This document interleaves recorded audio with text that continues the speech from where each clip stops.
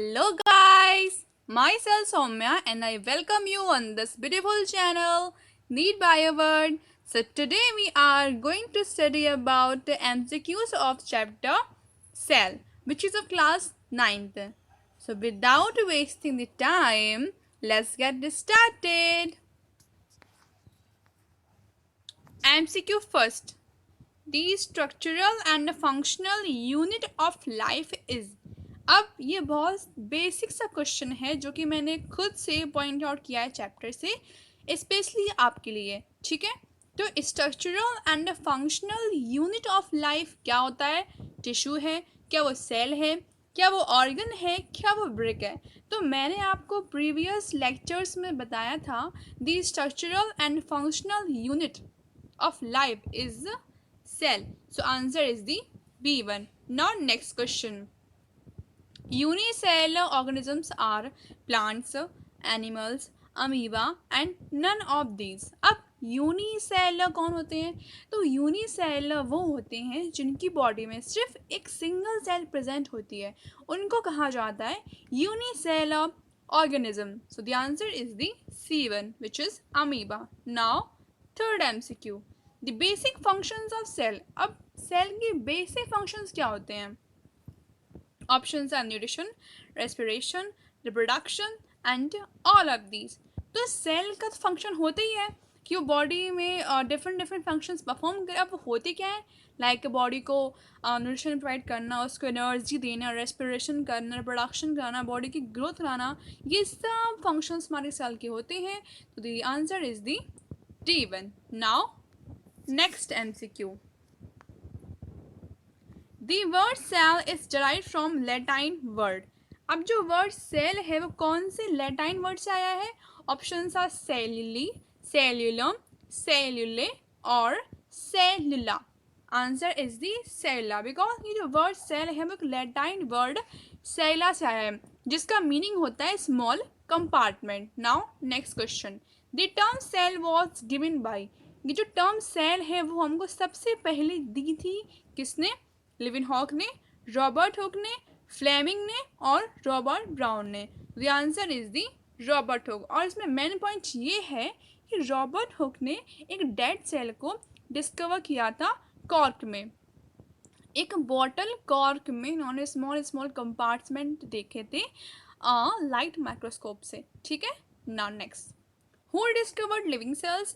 So options are Leeuwenhoek, von Mohl, Robert Brown, Robert Hooke. Answer is the Leeuwenhoek. इन्होंने sperm cells को सबसे पहले discover किया था। Now next question, who proposed the cell theory? Cell theory को सबसे पहले किसने प्रपोज किया था? Options are Schleiden and Schwann, Watson and Crick, Mendel and Morgan. The answer is the Schleiden and Schwann. Schleiden and स्केवान ने सबसे पहले cell theory को डिस्कवर किया था 1838 टू 1839। बट इनसे पहले भी बहुत पहले एक ड्यूट्रोचैट नाम के साइंटिस्ट थे, उन्होंने सबसे पहले डिस्कवर की थी सेल थ्योरी को। और सेल थ्योरी बोलती है जितने भी प्लांट्स हैं, एनिमल्स हैं, वो सब बने होते हैं सेल थ्योरी के। और नई सेल्स जो होती हैं वो प्रीवियस सेल, जो प्रिमिटिव सेल हैं जो आ चुकी हैं, उनसे बनती है। मतलब all cells arise from the pre existing cells. ठीक है, now 8th one, dash are exceptions to cell theory. एक ऐसी जो सेल थ्योरी को नहीं मानते। Options are bacteria, viruses, fungi and protozoa.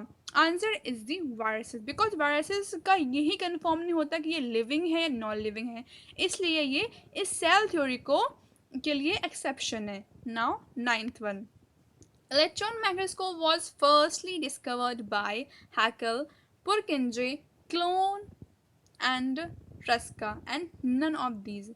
तो अब पुरकिंजे ने तो प्रोटोप्लाज्म के बारे में बताया था और हैकल ने भी इलेक्ट्रॉन माइक्रोस्कोप को डिस्कवर नहीं किया था। तो the answer is the Knoll and Ruska discovered the electron microscope. Now the longest cell of human body is nerve cell, muscle cell, liver cell and kidney cell. The answer is the nerve cell और इसको हम neuron भी बोलते हैं। ठीक है, now next MCQ, The smallest cell of human body is sperm cell, ova, cheek cell, stomach cell. The answer is the sperm cell. Sperm cell human body की सबसे छोटी सी सेल होती है. Now next MCQ. The idea omnicella acelli was given by Robert Brown, Virchow, Sladen and Purkinje. कि किसने कहा था कि all cells arise from the pre existing cell, जितनी भी सेल्स हैं वो सब पहले से एग्जिस्ट होने वाली सेल्स ही बनती हैं. ये कहा था हमारे रॉबर्ट विर्चो ने. ठीक है. Now next question. Double membrane organelles are chloroplast, mitochondria, nucleus and all of these. Answer is the all of these. Because हमने देखा था कि क्लोरोप्लास्ट में और माइटोकॉन्ड्रिया में आउटर इनर मेम्ब्रेन हमने साफ साफ अपने एक लेक्चर के पार्ट में देखी थी, जहाँ पे मैंने आपको उनका डायग्राम बना के भी एक्सप्लेन किया था कि इसमें इसकी ये आउटर मेम्ब्रेन है, ये इनर मेम्ब्रेन है और इसके अंदर ऐसे ऐसे ऑर्गेनलेज स्ट्रक्चर्स प्रेजेंट होते हैं. ठीक है. Now next point. Nucleolus is a site of protein synthesis, ribosome synthesis, enzyme synthesis and mRNA synthesis. तो nucleolus is a site of ribosome synthesis because उसमें mRNA present होता है. इस वजह से उसमें ribosome बन पाते हैं और वही ribosome nucleolus से निकल के nucleus में पहुंचते हैं और फिर वो nucleus से बाहर निकल कर ER से attach होते हैं. Now next question. The middle lamella is formed of calcium pectate, cellulose,